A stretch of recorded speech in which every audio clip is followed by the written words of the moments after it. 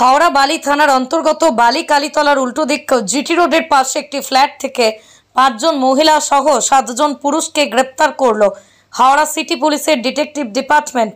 অনলাইনে মানুষের থেকেই টাকা জালিয়াতির অভিযোগে গ্রেপ্তার হাওড়া সিটি পুলিশের ডিটেকটিভ ডিপার্টমেন্ট রাতেই গ্রেপ্তার করে। পুলিশ সূত্রের খবর, উদ্ধার হয়েছে বেশ কিছু ল্যাপটপ, কম্পিউটার এবং 26 লক্ষ টাকা। আচ্ছা, আমাদের আজকে এই যে প্রেস কনফারেন্স ডাকা হয়েছে, এখানে মূলত দুটো কেস সম্বন্ধে আমরা একটু ব্রিফ করতে চাই আপনাদেরকে। তার মধ্যে প্রথম যেটা আছে সেটা হচ্ছে গতকাল আমাদের কাছে একটা ইনফরমেশন ছিল। ইনফরমেশনটা বেশ কিছুদিন ধরেই ছিল যে বালি থানার অন্তর্গত একটা বিল্ডিংয়ে একটা কল সেন্টার চলছে, একটা ইলিগাল কল সেন্টার চলছে। তো গতকাল আমাদের হাওড়া পুলিশের ডিডি ডিপার্টমেন্ট, আমাদের ডিটেকটিভ ডিপার্টমেন্ট আর আমাদের যে সাইবার ক্রাইম ডিপার্টমেন্ট, এই দুটো ডিপার্টমেন্টের যৌথ দল একটা অভিযান করে বালি থানার আন্ডারে, দিয়ে এই যে ফেক কল সেন্টারটা যেটা আছে এটা বাস্ট করা হয়। তো এখানে মোট আমরা 3 জনকে অ্যারেস্ট করেছি। তাদের নাম হচ্ছে বীরেন্দ্র পাণ্ডে, শ্যাম মিত্তাল এবং চন্দ্রশেখর রায়। এরা মূলত এই ইলিগাল কল সেন্টারটার মাথা। এটা বাদ দিয়েও আরও বেশ কিছুজন যারা এমপ্লয়ি ছিলেন তাদের জিজ্ঞাসাবাদের জন্য ডাকা হয়েছে এবং ইনভেস্টিগেশন চলছে। এই কল সেন্টারটা যেটা আছে বেসিক্যালি এটা একটা ইন্টারন্যাশনাল কল সেন্টার আছে। তার মানে যারা ভিকটিমরা যারা আছেন তারা কিন্তু এই দেশের ভিকটিম নন। মূলত আমরা এখন অবধি কানাডা পেয়েছি। এই কল সেন্টারে যারা বসেছিলেন এরা কানাডার যারা ভিকটিম আছেন তাদেরকে স্ক্যাম করছিলেন। এনারা ভিওআইপি মানে ইন্টারনেট প্রোটোকল ওপর দিয়ে যে কল হয় সেই ভিওআইপি ইউজ করে এনারা কল করতেন এবং কল করে নিজেদেরকে কখনো উইন্ডোজ, কখনো মাইক্রোসফট ইত্যাদির টেক সাপোর্ট টিম হিসেবে নিজেদেরকে পরিচয় দিতেন। এবং তারপরে যারা ভিকটিম আছেন তাদেরকে এনারা এনিডেস্ক বা টিম ভিউয়ার এই জাতীয় অ্যাপ্লিকেশন ডাউনলোড করিয়ে তাদের যে সিস্টেমটা আছে সেই সিস্টেমটা এনারা কন্ট্রোল নিয়ে নিতেন। সিস্টেম কন্ট্রোল নেওয়ার পর এনাদেরকে বিভিন্ন জিনিস বুঝিয়ে, যেমন তাদের কম্পিউটারে কোনো রকম ভাইরাস আছে বা ইত্যাদি এই জাতীয় বিভিন্ন জিনিস বুঝিয়ে তাদের কাছ থেকে এনারা টাকা নিতেন।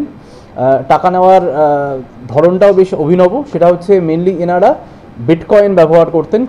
ক্রিপ্টোকারেন্সি যেটা আছে আপনারা জানেন বিটকয়েন, সেই বিটকয়েন ব্যবহার করতেন এনারা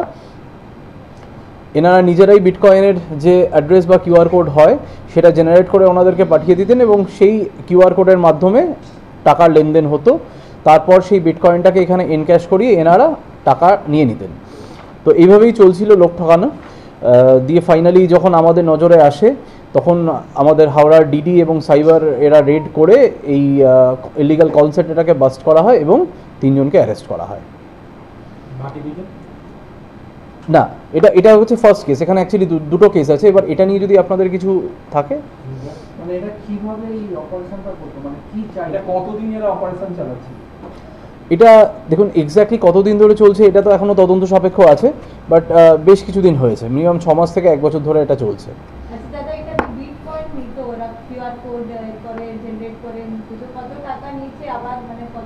হ্যাঁ, এখন অবধি আমাদের এখানে সিজার হয়েছে। তো সিজারটা একটু বললেন ভালোই হলো। সেটা হচ্ছে এখানে আপনারা কিছু ল্যাপটপ দেখতে পাচ্ছেন, এগুলো আমরা কিছু স্যাম্পলস নিয়ে এসেছি। টোটাল মোট 16খানা ল্যাপটপ সিজ হয়েছে। এই ল্যাপটপগুলোর সাথে ব্যবহার হতো যে সিপিইউগুলো, 14খানা সিপিইউ সিজ হয়েছে, 16টা ডেস্কটপ সিজ হয়েছে। 16টা ডেস্কটপ, একটা রানিং ল্যাপটপ, 14টা সিপিইউ, 6টা মোবাইল ফোন সিজ হয়েছে। আর এখন অবধি মোট 24 লাখ টাকা ইন ক্যাশ সিজ হয়েছে।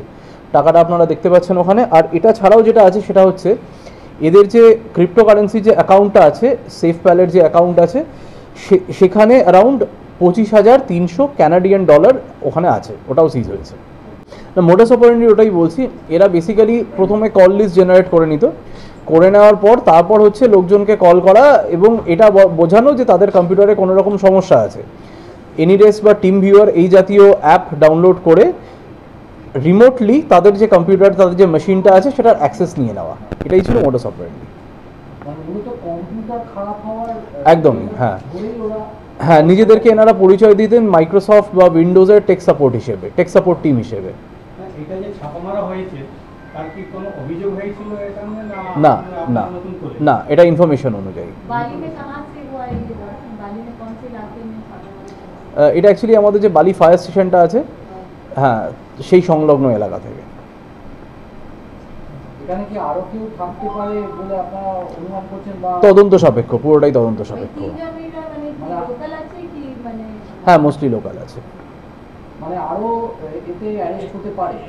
এটাই বলছি, তদন্ত সাপেক্ষ, কার কার কি কি ভূমিকা আছে। বুঝতে পারলাম না, আরেকবার যদি বলেন। না, এটা তো জাস্ট আমরা গতকাল রাতে এটা বাস্ট করা গেছে, এটা মানে তদন্ত করতে সময় লাগবে।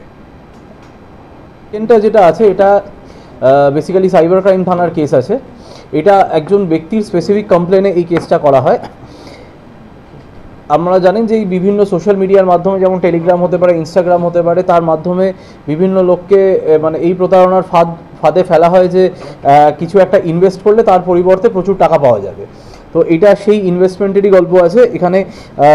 একজন ভদ্রলোকের কাছ থেকে প্রায় 58 লাখ টাকা উনি ইনভেস্ট করে দেন, এবং ইনভেস্ট করার পর তারপর উনি বুঝতে পারেন যে উনি প্রতারিত হয়েছেন। তো তার কমপ্লেনের বেসিসে এই সাইবার ক্রাইম কেসটা করা হয়। এই কেসেও আমরা দুজনকে অ্যারেস্ট করেছি, এবং আপনারা দেখতে পাচ্ছেন প্রচুর পরিমাণ সিজার আছে, প্রচুর পরিমাণ চেকবুকস, ব্যাঙ্ক অ্যাকাউন্টস, আর যে এটিএম কার্ডস আছে, মোবাইলস আছে, এগুলো সব সিজার হয়েছে এই কেসেও। এবং এই কেসে 5 লাখ টাকা এখন অবধি রিকভারিও করা পসিবল হয়েছে। এটা সাইবার ক্রাইম থানায় কেস হয়েছে। এটা সম্বন্ধে আমি বলছি, এটা সম্বন্ধে আমি আমাদের এসিপি ডিডি আছে মৌমিতা, আমি মৌমিতাকে রিকোয়েস্ট করবো আর একটু ব্রিফ করতে। অ্যাকচুয়ালি স্যার যেটা বললেন যে এখানে ওই 58.5 লাখ রুপিস আর কি উনি চিটেড হয়েছিলেন ভদ্রলোক। তো তারপরে তো স্যার বলেই দিলেন ওটা 5 লাখ টাকা আমরা রিফান্ড করাতে পেরেছি। অ্যাকচুয়ালি সাইবার ক্রাইমের ব্যাপারটা একটু বলি, আমরা বিভিন্ন কেস অ্যানালিসিস করে যেটা দেখি আর কি, যে সমস্ত ব্যক্তি বা মহিলা যাদের বয়স 60-এর বেশি, তারাই আর কি বেশিরভাগ ক্ষেত্রে টার্গেটেড হন। তো ইনভেস্ট করা বা যারা হয়তো ব্যাংকে যেতে পারেন না, করতে পারেন না, তারাই বেশিরভাগ ক্ষেত্রে টার্গেটেড হন।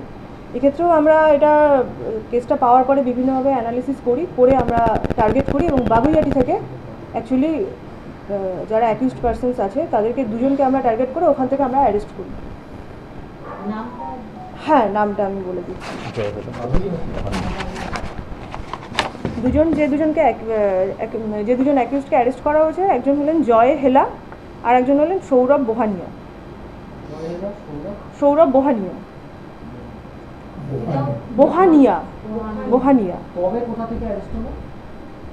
এটা অ্যারেস্ট আমাদের এই ঘটনার কয়েকদিন আগেই অ্যারেস্ট করা হয়েছে আমাদের। তো আজকে আমরা একসাথে আর কি আপনাদেরকে জানাচ্ছি।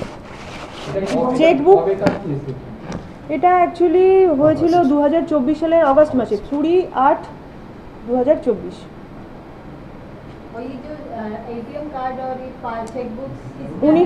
19টা চেকবুক পাওয়া গেছে, 9টা মোবাইল, একটা router, credit card, debit card swipe device একটা আছে,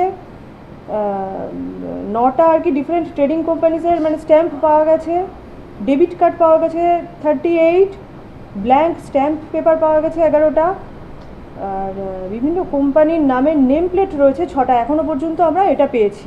ইনভেস্টিগেশন এখনও চলছে, ফার্দার কিছু হলে সেটা কিছু পাওয়া গেলে সেটা আপনাদেরকে জানিয়ে দেওয়া হবে। আরও একটা ব্যাপার, স্যার যেটা বললেন যে কল সেন্টার রিলেটেড এই ইনফরমেশনটা আমাদের কাছে বেশ কিছুদিন ধরেই ছিল, আমরা সেটার উপরে কনফার্ম হয়ে কালকে রেডটা করা হয়েছে। তো এটা জানিয়ে রাখি, যেখানেই চলুক না কেন এটা আমাদের এখানে, আমরা যদি আমাদের কাছে ইনফরমেশন থাকে আমরা কিন্তু স্ট্রিক্টলি সেটা দেখব এবং তার এগেনস্টে কিন্তু লফুল অ্যাকশন নেওয়া হবে। এবং আপনারা যারা আমাদের মিডিয়া বন্ধুরা আছেন, আপনাদের তরফ থেকে আমাদের এটা রিকোয়েস্ট থাকলো, আপনাদের কাছেও যদি এই ধরনের কোনো ইনফরমেশন থাকে, আমরা একটা ফোন নাম্বার দিচ্ছি, এই নাম্বারে কিন্তু আপনারা সেটা শেয়ার করতে পারেন।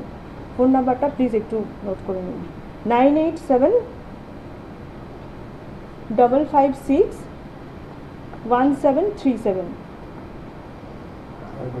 987-556-1737।